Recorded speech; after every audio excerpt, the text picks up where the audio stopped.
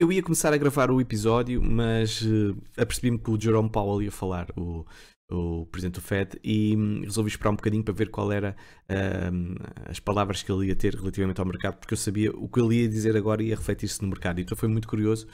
O que ele disse refletiu-se automaticamente na BTC e provavelmente restantes mercados. Reparem a vela que aqui surgiu nesta hora, portanto isto é agora, são 4h40 da tarde quando eu estou a gravar isto.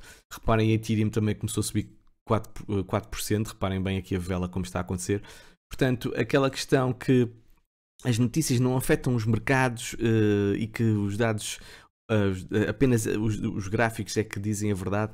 Eu gosto muito de análise técnica, sinceramente, eu não acredito apenas nisso. Acho que as coisas estão interligadas e isto é um exemplo claro daquilo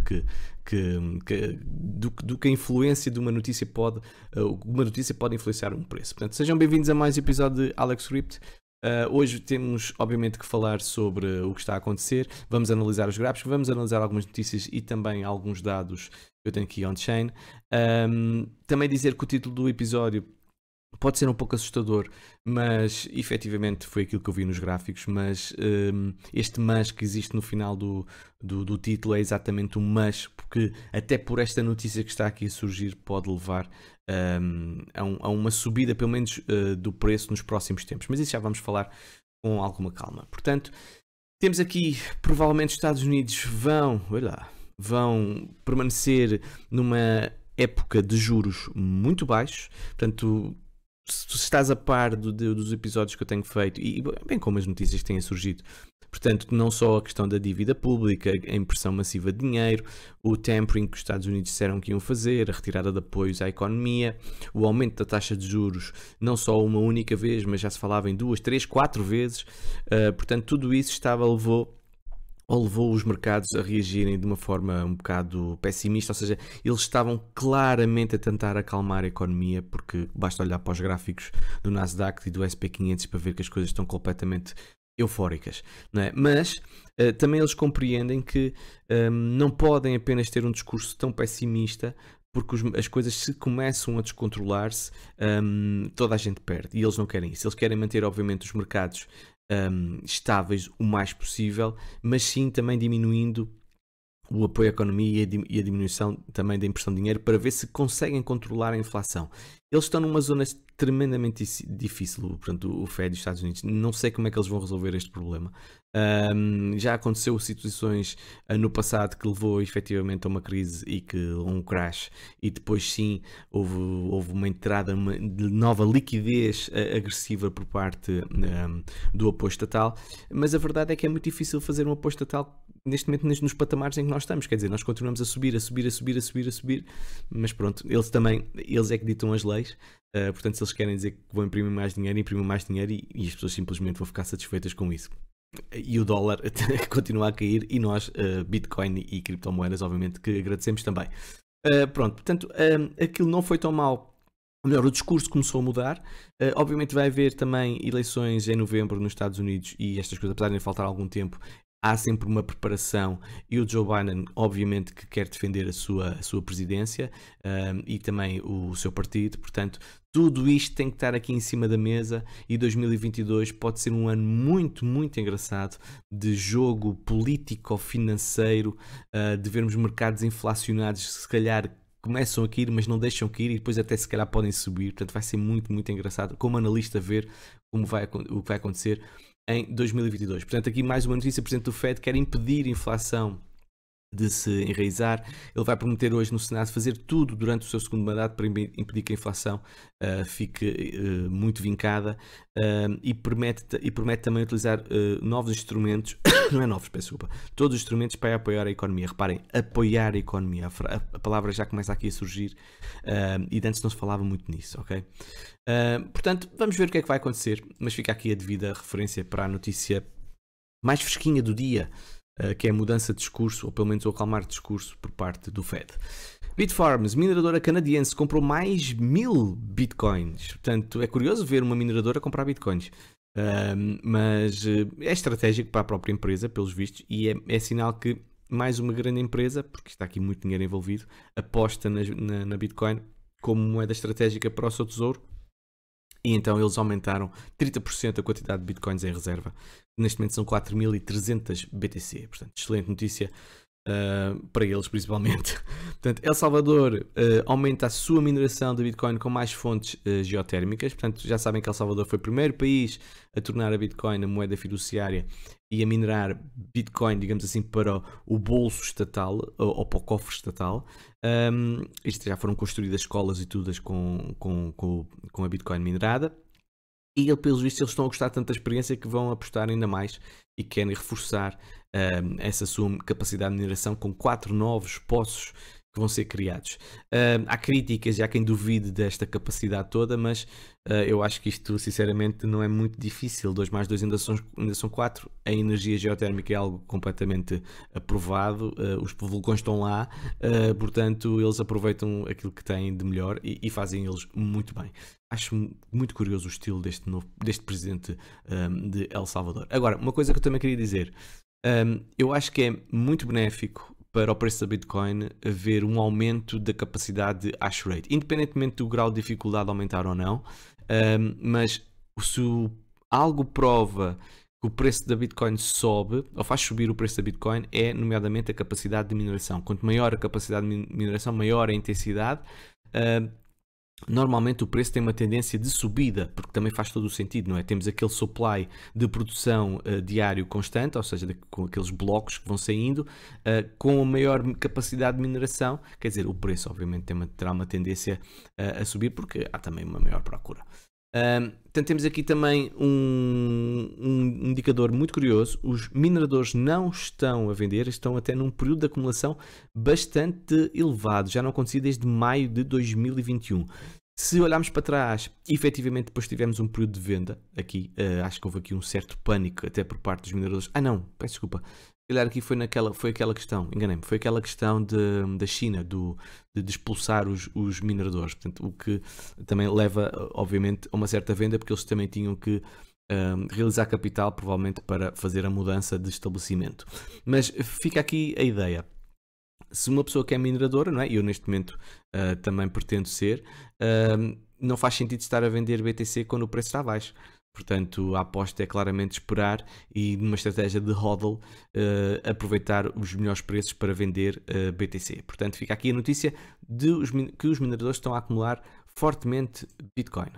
PayPal sobe investimentos em blockchain e quer lançar uma própria criptomoeda. Portanto, é mais uma notícia de adoção do mundo cripto, de uma ligação, de uma bridge, de uma ponte entre o mundo tradicional e o mundo cripto e o mundo digital, feito tudo no mundo digital, o que é também algo natural, eu já lhe chamo natural. Portanto, o PayPal está a planear lançar a sua própria moeda estável à medida que a empresa aumenta os seus negócios no mundo cripto, diz aqui a notícia, o que vai facilitar as nossas compras, as nossas vendas entre cripto, moeda fiduciária e através de moeda estável. Uma notícia muito curiosa, portanto, a U-Trust é uma empresa portuguesa criada em Braga, foi neste momento comprada por uma empresa romena da blockchain. Eu quando vi a notícia, assim, empresa romena, assim, mas que raio da empresa romena? E depois fui ver e não sabia, sinceramente.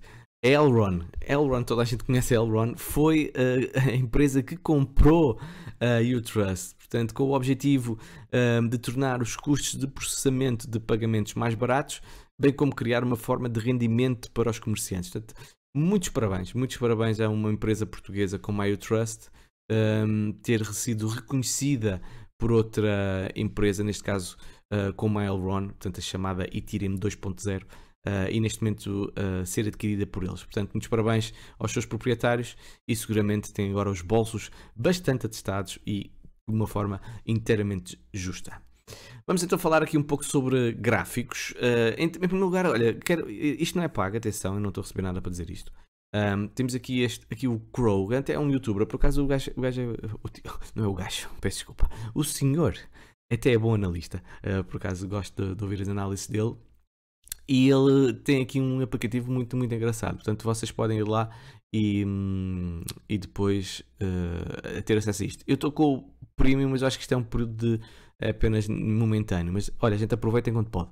Portanto, aqui temos o Open Interest está a cair, o que é bastante bom, mas o leverage continua muitíssimo alto, e nomeadamente em longs, o que se não fosse esta notícia aqui agora do Jerome Powell, eu ia dizer que poderíamos estar na iminência de um long squeeze. Mas neste momento se calhar não, pelo menos estas primeiras horas vai toda a gente se calhar estar a alimentar-se desta boa notícia que veio dos Estados Unidos. Uma boa notícia sim é o funding rate, que neste momento está a começar a entrar em valores negativos, o que também é bom. Portanto, não é ainda um período de consolidação com valores negativos de uma forma continuada, é o início, mas é sempre melhor vermos o funding negativo no final de uma descida do que positivo. Portanto, é sempre bom. Vamos ver o que é que vai acontecer, mas agrada-me. Agora trago-vos alguns tweets do Dave The Wave. É um excelente analista que eu recomendo efetivamente que vocês acompanhem. E aqui este gráfico, basicamente o que ele diz é que ele fala nos 4 ciclos, pondo em causa ou não a questão do ciclo de 4 anos, não 4 ciclos, como disse há bocado. Portanto, temos aqui, que vocês estão a ver, de topo de 2014 para 2018, foram 49 meses, ou seja, 49 barras, isto é uma vista mensal. De topo de 2018 ao topo de 2021, também estamos a falar em 48 barras, portanto, muito semelhante aqui estes dois hipotéticos, ou pelo menos este último hipotético topo. Aqui também do fundo do bear market de 2015 até 2019, também passaram 48 barras e agora a previsão mais ou menos aqui para finais de 2023, segundo aquilo que aqui está. Agora, a grande diferença, ele fala isso aqui no seu tweet, é que nós não tivemos um blow-off top, como aconteceu no passado, apesar da proximidade aqui à parte superior desta escala logarítmica.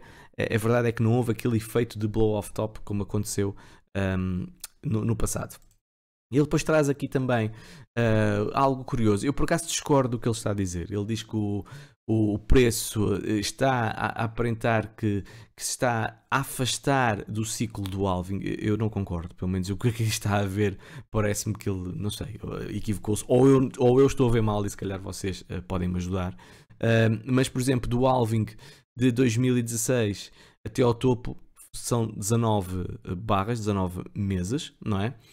E o halving aqui de 2020 até agora aqui no mês passado, não é?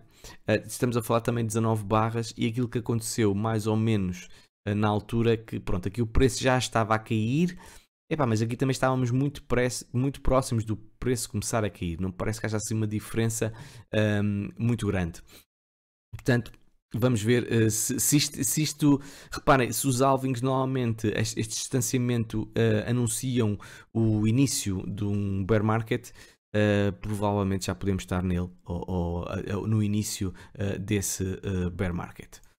Outro aspecto que eu também aqui trago-vos, que acho curioso, isto foi um post antigo, ou seja, de setembro, e reparem como ele falava aqui na Bollinger Bands, aqui nesta compressão que aqui está a existir, e ele já com alguma antecedência falava que provavelmente poderíamos ter um mínimo em maio de 2022. Reparem, estávamos em setembro, portanto há bastante tempo.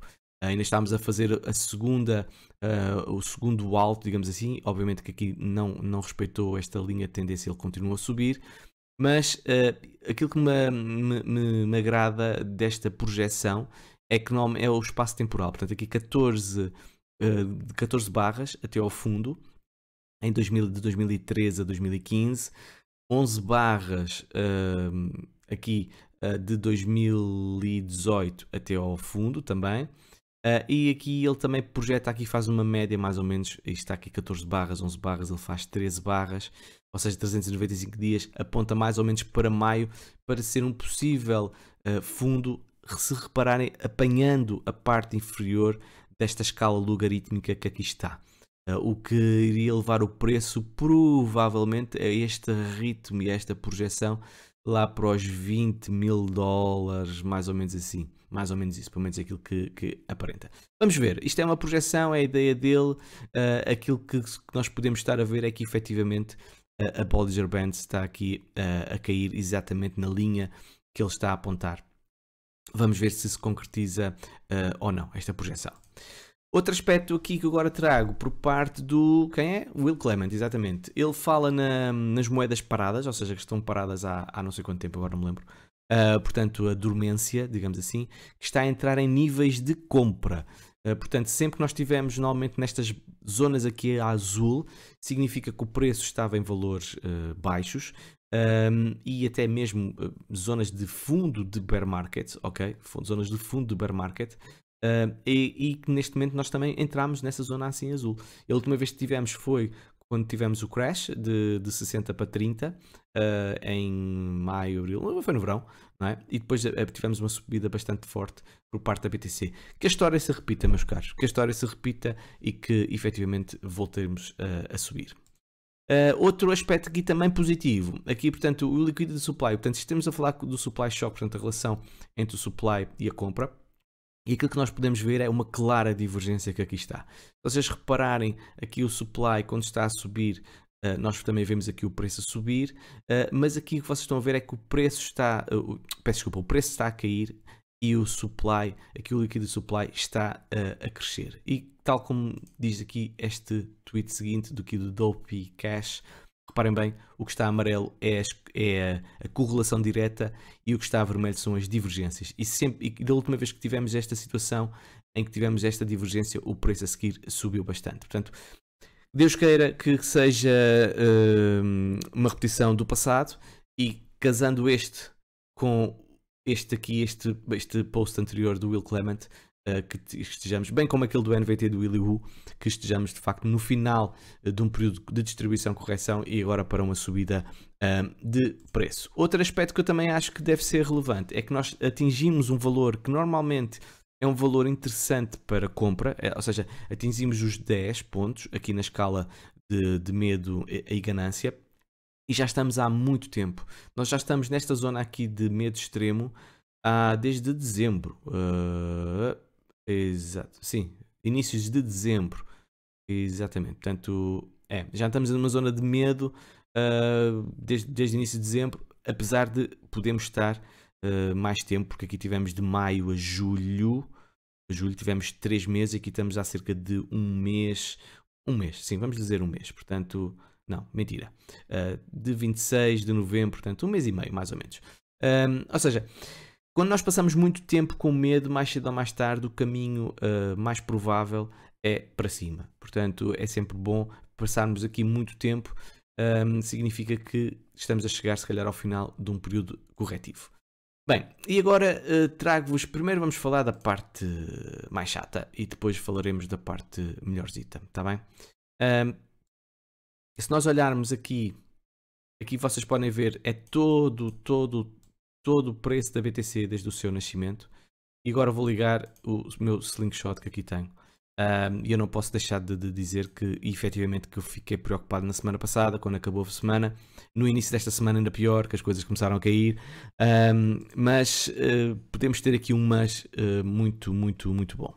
Pronto, como vocês estão a ver aqui, e para não me deixarem mentir, nós caímos abaixo aqui desta linha aqui a verde que estava nos 42.364, portanto nós fechámos a vela a 41.732, viemos até mais abaixo, mas eu não quero ligar para os raios, aquilo que me interessa mais é o corpo da vela. Portanto, esta semana já viemos aqui à zona dos 39, ou seja, abaixo dos 40, mas neste momento já estamos a reagir. Agora, a última vez que nós caímos abaixo do slingshot, reparem, nós até tivemos um bounce, que foi um bounce bastante bom, mas depois tivemos uma queda e que levou a uma medição, por exemplo, aqui de cerca de 48%, depois de termos entrado nesta zona. Antes disso, quando também fechámos um corpo de uma vela em pleno bear market de junho de 2018, nós também tivemos um bounce, reparem, viemos cá abaixo, tivemos um bounce e depois pimba, lá para baixo outra vez, com uma queda de cerca de 54%. Portanto, são dois eventos aqui claramente capitulação, peço desculpa, em que desistência de mercado, exaustão de mercado, como vocês viram aqui. Anteriormente também, em 2014, quando nós perdemos uma vela, e aqui perdemos claramente, uma vela aqui para o slingshot, tivemos uma queda que levou até 64% também novamente a um momento de exaustão e de desistência de mercado. Eu não sei se para trás houve mais qualquer coisa. Sim, também houve aqui. Sempre que nós fechamos aqui em cima um corpo de uma vela abaixo aqui da linha verde, mais uma vez uma queda de cerca de 50%. Ou seja, nunca houve, pelo menos será a primeira vez que a BTC poderá dar um fake out no slingshot. Se nós começarmos a subir e aguentarmos isto e formos para novos máximos e quem sabe a 100 mil, será a primeira vez que nós não temos um movimento de queda na ordem dos 50% como aconteceu no passado. Caso, infelizmente, o slingshot continue a ditar a sua lei, nós até podemos ter um bounce, mas depois se calhar temos uma queda e os últimos tempos, pelo menos em média, foi cerca de 50%, o que equivale mais ou menos à zona aqui dos 20 mil dólares. Curiosamente, que é onde está a moving average dos 200 períodos na semanal, como vocês podem ver aqui. Portanto, ela neste momento está nos 18 mil, mas acredito que a sua tendência será uma tendência de subida e pode levar claramente à zona dos 20 mil dólares durante os próximos meses. Portanto, é algo que nós temos de ter em cima da mesa. Não quero trazer aqui qualquer tipo de emoção de contentamento ou descontentamento, é apenas factual, ok? É apenas factual. Portanto, vamos ver o que é que vai acontecer, mas neste momento também estamos perante, agora vamos apagar aqui isto, estamos perante uma queda de moving average de 21 períodos também na semanal, que normalmente funciona de suporte para o bull market e de resistência no bear market, portanto, claramente aqui vincada, portanto não é preciso explicar muito mais nem mostrar muito mais que vocês podem ver aqui, e neste momento estamos também abaixo dessa moving average de 21 períodos, com ela claramente a apontar para baixo, que normalmente também indicia uma tendência. Porém, normalmente, o distanciamento do preço para esta moving average significa também para onde irá o preço nas semanas seguintes. Reparem, sempre que nós nos afastamos muito, por exemplo aqui, em junho de 2018, o que é que eu vou seguir? Uma subida onde fomos mais ou menos bater nessa moving average, tal como aconteceu em abril de 2018, tal como aconteceu em fevereiro de 2018, tal como aconteceu em 25 de novembro de 2019. Aqui o crash Covid foi uma coisa muito agressiva, bem como o crash aqui de dezembro, mas por norma é tipo, funciona como um imã, não só para baixo, mas também para cima. Portanto, normalmente o preço tem tendência a ir essa moving average, e é isso que nós também temos de ter isso em consideração e não achar que vamos estar sempre a cair, porque o mercado funciona assim, ele cai, mas depois sobe. Outro aspecto que, na minha opinião, é negativo, é que nós perdemos, pelo menos aparentemente, estrutura. Pode ser um fake out, atenção, pode ser um fake out, mas nós estamos a perder aqui, reparem, esta zona. Nós tínhamos aqui claramente suporte a 22 de fevereiro de 2021, suporte a 6 de setembro de 2021, estes dois corpos de velas a fazer suporte aqui também a 20 de setembro de 2021 e nós perdemos essa zona. Portanto, não é algo que me agrade. Eu gostava de ver rapidamente nós assaltarmos para cima dessa zona, mas é preciso ver se caminhamos para lá. Agora, como vocês estão a ver, a notícia do Powell já está a fazer subir o preço, portanto fico obviamente satisfeito e contente com isso. Aspecto negativo, já tinha aqui referido no passado que nós perdemos estrutura diagonal, o que é um aspecto mau, mas eu acho que nós estamos claramente a apontar para um bounce. Lembra-se que eu terminei o episódio de sexta-feira, até brinquei um bocadinho com a questão do Pingo Doce, essas coisas, com a estrela que passa no Pingo Doce Intermarché, e eu disse que não acreditava que íamos continuar a cair durante o fim de semana, que acreditava ou numa ligeira subida ou numa lateralização. E o que é que aconteceu? Nós tivemos duas velas verdes logo de seguida, porque o mercado cansa-se. Não são só os touros que se cansam, mas também os ursos também se cansam. Depois, ontem, tivemos claramente uma limpeza de longs aqui. Isto para mim é claramente uma limpeza aqui de pessoal que estava alavancado, e terminámos o dia de ontem. Não foi uma Dragonfly Doji Candle, que é uma vela muito bullish, ou melhor, é uma Dragonfly Doji Candle porque o corpo é muito pequenino. Eu gostava era que o corpo fosse mais acima, portanto não vou-lhe chamar um martelo, mas mais uma Dragonfly Doji Candle. Portanto aqui mostra, reparem, pressão de compra, pressão de compra, pressão de compra. Eu até no meu premium até coloquei um gráfico, onde é que isso está? Invertido, e que eu dizia isto lá. Se eu olhasse para este gráfico apenas, eu iria dizer que nós estávamos a fazer um topo duplo, que é uma situação, que é algo bearish, e estava a haver aqui vários raios de pressão de venda. Portanto, parecia mesmo que nós estávamos a querer virar, aqui a fazer uma estrutura de 3 pinos, se calhar aqui não, ainda não aparece aqui, nos 3 dias. A nível de indicadores, atenção que isto está ao contrário, agora tenho que mostrar. A nível de indicadores, estamos muito bem neste momento, estamos muito bem, estamos cheios de gasolina, portanto viemos aqui à Golden Zone aqui de retração de Fibonacci, portanto tudo me aponta que vamos continuar a subir. E se estavas naquela expectativa de vender agora, eu acho que nunca se deve vender em velas vermelhas e quando está o medo muito, muito vincado, mas sim vender quando temos velas verdes e existe alguma euforia no mercado ou pelo menos alguma ganância no mercado.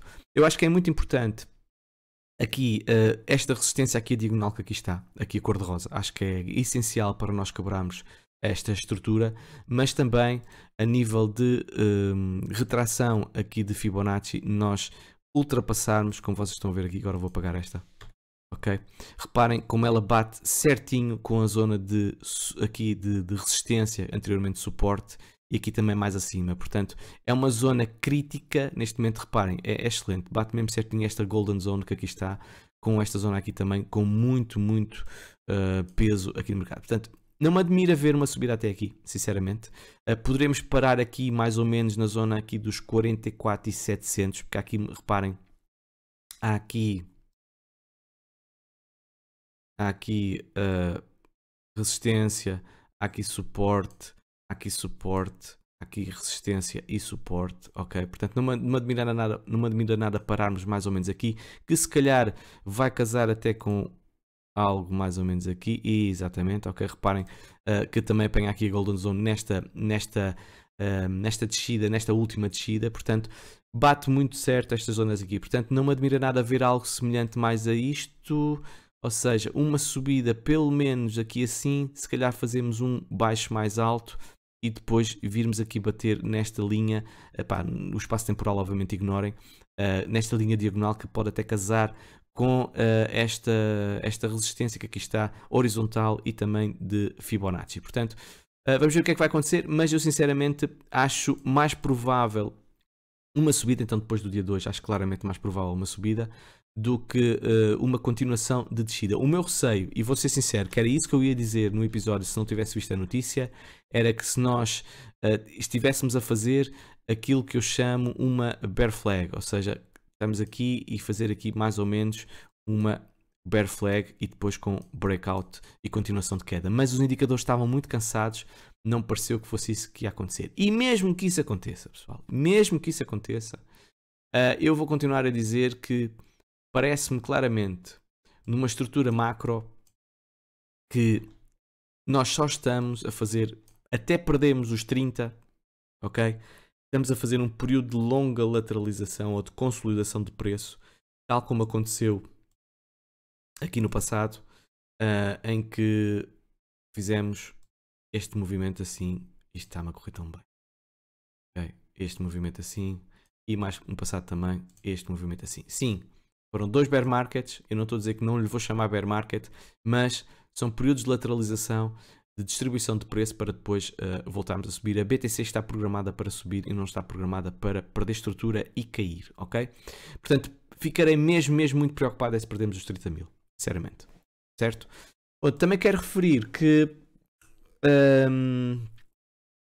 eu tinha falado nas altcoins, na dominância, e quem está no Telegram também viu isso, não só o geral, mas também do Premium, em que nós tínhamos aqui um Rising Wedge, claramente a informação aqui na dominância da BTC, e que neste momento, reparem até pelos indicadores, aquilo que nos mostravam era que estávamos bastante cansados, digamos assim, e tivemos uma Doji Candle, aqui uma vela de possível inversão, possível pausa, e neste momento com confirmação na vela anterior. Portanto, não me admira ver uma ligeira queda aqui da dominância, até porque o mercado estava claramente em queda.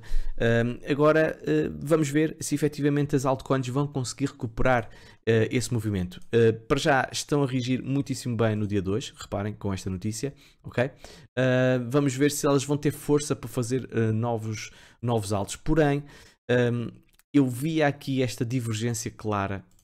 Reparem, há aqui uma divergência clara e nós temos de ter isto em consideração. Aqui num time frame tão longo como a semanal, ok? Aqui assim.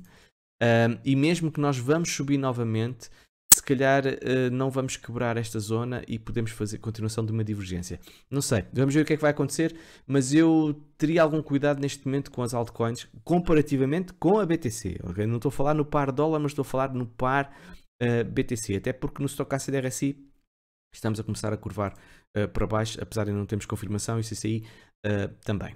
E pronto, pessoal, julgo que é tudo. Já agora Ethereum está a reagir também muito bem, 5% hoje, mas depois falarei com mais calma de Ethereum no próximo episódio, ok? Beijinhos e abraços, vemo-nos provavelmente amanhã.